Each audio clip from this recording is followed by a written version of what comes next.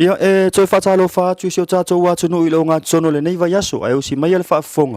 Se tasi le nei o whaapoponga wa tātou tala mai Samoa, mai le tautua le loa pei mo le nei aso lulu.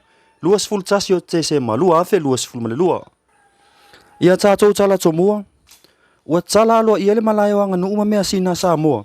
O se no fuanga o le atapu vai tasi ai mea tau anga nuua Samoa, ai mai se o onga. O le afionga i le tamaita i pale mia, fia me na omi mata afa. Sa ia tsala ina le nei ngalu nga tele. O le ingoa o le maota le nei. O le malaya o anga nuuma mea sina Samoa. O lo tau mai lava e le ingoa o le maota le nei o lo na winga. O iai se no fuanga. O le atapu vai tasi iai mea sina maanga nuua Samoa. Iso se tafo le atunu. Ai mai se wa onga. O se maota ua atoa i ona tōtonga whaona po nei. Ina ia whaonga aina e le ngata i le matanga luenga wa onga. Ta alonga maanga nuu. Iana poro kalame maoti. Ai ia whaapea foi. Ona whaonga ina e lo tātou malo i ana tali ngā malo i whono te tele lo lalolangi e whaia mai i lo tātou watu nuu. O le a maua i fōi e tātou tangata whaalongona e pei ona maua i isi whale te tele whaapitoa whaape nei mō whaafia fianga e le ngata i ona mō li whelanu lanu ai ai whaapea fōi masini whaale leo tele leo ma isi vaenga matango fie e pei ona wa aia i ata tifanga. O le nei ngā luenga na amata mai i le tausanga e lua hafes fun malavalu. I le mai ai o se mali e ngā aloa ia, masaina, le malo o Samoa, i le tu malo o Yoshu, o le malo o Saina lea e au fia ai, le nei ngā luenga tele. Whaatasi ai ma le tātou paka, i le ele fōu i matangi ala lua. O le malo matangata nuu, o Saina, na ngā lulu ai e whausia le nei ngā luenga tele, mo si o tātou watu nuu. Na whaapitoa le whaafitai i le pūlenga ma le tu malo o Yoshu, na whaatupeina le nei ngā luenga tele. E tele whaafita uli na tua iai o na whaamae ale nei ngā luenga. Ai maise, o le tau fia ai o whela ua inga, o tōtonga o le nei ngā luenga, o na o le COVID-19 maleiva. E ui ina tele whaafita uli, ai vi ia le atua sili ese. Awa o le nei ua tū le whaila. O le aso o le atu walo ia atua i le malo o Saina, i le malo o Samoa le nei ngā luenga tele mō le whaongaina. Ai ai pea le tau singa o le nei whale i o la tau lima, mō le lua tau sanga. Na whaafetaia fo ele ampasa o le malo Saina i Samoa e tusa ai o le nei ngā luenga. Ua whaamao nia ele mta ngā luenga o le soifua malolo ina le pepesi ai o i la tau fau e toa lima. I te tono le atu nuu i le siamo o le COVID-19 maleiva. O le ali poti, sa whaamawina mai i le aso whao te se malua afe lua se fulma le lua. Se i o mai i le aso sfulma le tasi o te se malua afe lua se fulma le lua. Ma ua si itia ai le au wha i oe ua afia i lea whaamai i te tono o Samoa. E au fia i tangata lau tele, tangata malanga mai fafo. I le sefulu lima afe iwa se lau fitu sefulu male lima. I le au fai, e sefulu lima afe fitu se lau valu sefulu tolu, le mamalu lau tele o le atunu usa pesia. Mai le isi toa se lau iwa sefulu lua, o e na malanga mai i atunu i fafo. Mai le masina ono ve malua afe lua sefulu. Fa mau maunga le so ofisa o soifua malolo ina. I tau sanga o loo to o tele ai, i la tau ua afia i le wha amai. O i le vā o le lua sefulu lima, anga i le lua sefulu iwa tau sanga le mātutua. Le so o atu ai whanau, wha tau sanga, anga i le pepe whatu a whananau. Pei tai o tina mata mā mātutua, mai le fitu sefulu lima, ma le silia i le valu sefulu lima tau sanga, e pito la iti le numero tangata a fia. O le itu pāo ta maitai e pito to o tele ai la tau o lo o a fia, lea e o atu le lima sefulu fitu pasene, ai o le itu pāo li e wha sefulu tolu pasene. Ua whaamawina foi o motua upolu e pito to atele ai tangata ua afia. E pei ona whaamawina i le sefulu lua afe valu se lau ono sefulu fitu. O sa vai e lua afe valu se lau iwa sefulu valu. Manono tai e sefulu male valu. Ai o apo lima e le aise isi ua whaamawina ua afia i le whaamai. Inisi o tātou tala. O le afia finei o le awhai aise sa vali tele. E amata mai le awala si mai vai singano. Anga mai iluma o le maota. O le nei polo kalame, o le atatala o loa ia ai whaafia fianga o polo kalame, a le tātou malo e whaamanatu ai le ke wisi masi ma le tausanga fau. O le afionga i le minista o pūlenga o tangata tawhawhau mai mua mai fafo, sa moa, ia toe sulusulu Cedric Pose Schuster, o le a saunoa i le saunoanga au tū. O le mai ai o le sauninga whaapitoa, o le atatala ina, o le a whaamoe, o le a mai moa ai le atunu i whaafia fianga su i filoi, ua tā pena i le komiti, ma ia ila tō ua wala aulia. O le tai au nei na talia ai e le afionga i le ofia sili o pūlenga, o le matanga luenga wa o ngata alonga mana nganu ya e au Chris Hasselman se fo wa ina tu ina mai e awala mai ile polo keti mo le si itia o le awa o ina o whanau e whaonga hai tene kolosi whaona po nei. O le nei polo keti o lo o ngā lulu e so o tau au wai le UNESCO ma le matanga luenga. O le afso soani ua iai iPads maisi tene kolosi ese mo le tuwhaina atu i tua ia onga ua filifilia ma le wha moe maualunga ina ia le ngata ile si itia o le au nanga wha ia onga ai si itia ai fo ile to mai o whanau ile whaonga aino tene kolosi mo so la tau lumana i manuia. O le nei fo wa ina wha atupe ina ile maa lo Japani e pei ona moli mawina ai fo ile afionga ile ampasa o Japani i Samoa ya Keisuke Stenta masui o lona ofisa.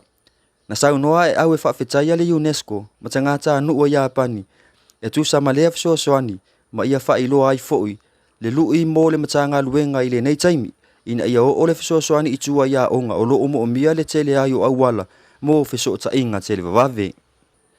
Ia e wha i o atfo ia tātou pū le tini o le nei aso. E nisi o to tonga o sau noanga mai le afionga i le tai o le tu o lo ngai le malo. Le sunga ia tu ila epa Dr. Sailele Maliele ngoi. Ya ele mfai o nga alo ese i chapipi. Le ama fam singonga e kuia. E kupe ele kua. Nga ke fai le kunga o le kangaka malonga le fama. O le kurangala nga ile kariaku.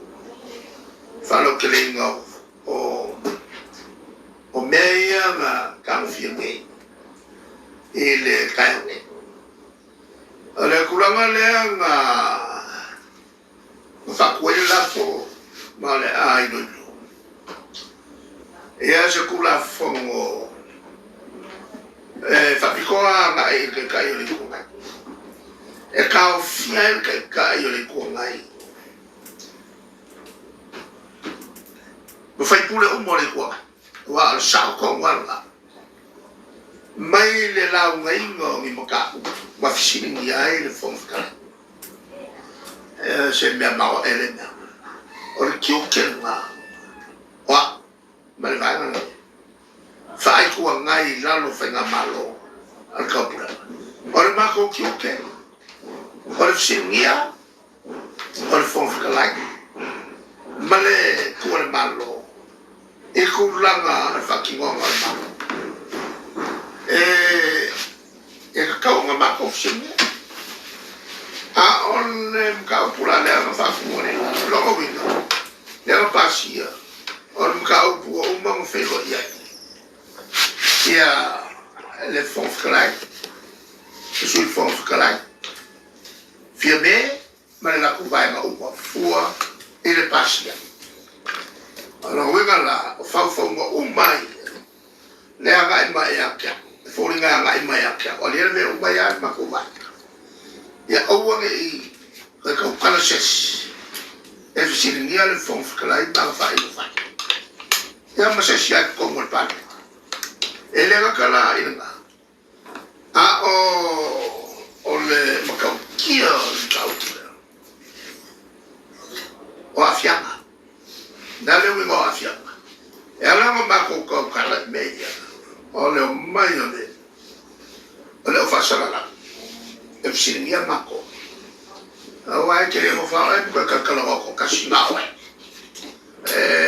e loe kaka ue fama varia e lo mo fama kakala wako kasi aya la o nga o kaukala o kauke kauke o mai e kusai wala buki o to o lesi le la o le malo e tau te fisiringia le malo e alato me fai mo le pui ma samo ato o kau kiukera ma kau kiukera nga o li lalo le whakai o sika mai fai pule la lea nga whakuna o ke ofo e le mawhai nga kunu e le fai pule le i ako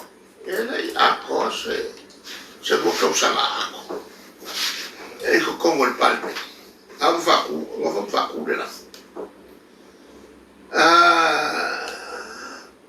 longa o fa kongo fa malu si fa se mere malu e ke le ka pro vema o se maka o fa singo foi e lo fa sala e mi le pui la lo fa vai ma no con ngana e fai la si ke le ka pu a ke no o me ko ngana vai o ka e oi medio ma fo fa me le nga ha ole tu la e io penso che la co fai abbia un mai ma che abbia un mai fa ma che le non fa ma che morì un mai meglio il fa ma qua capea ya guarda fa cula fogo ya cuenga que cula mai como el mauca ayo mai si fa ali plus e peni kupu fo io le ku la uva mai to mo ko ka ya ko se ma so che le dopo fiera do mai mo ni ma ko fa sapsi ya el ka le wa uma ka ba ko ma ba ko le sa auto tanto baya aya fatto yang isi kau yang temenai to fatto baya ia o le nasi to tonga ini so tulanga o me o tupu so tato wa tunu isa mo nei mo lo si le fia mai le tau tu ale lo pe sa mo fa fitai tele le mafuta mai fa soifu ia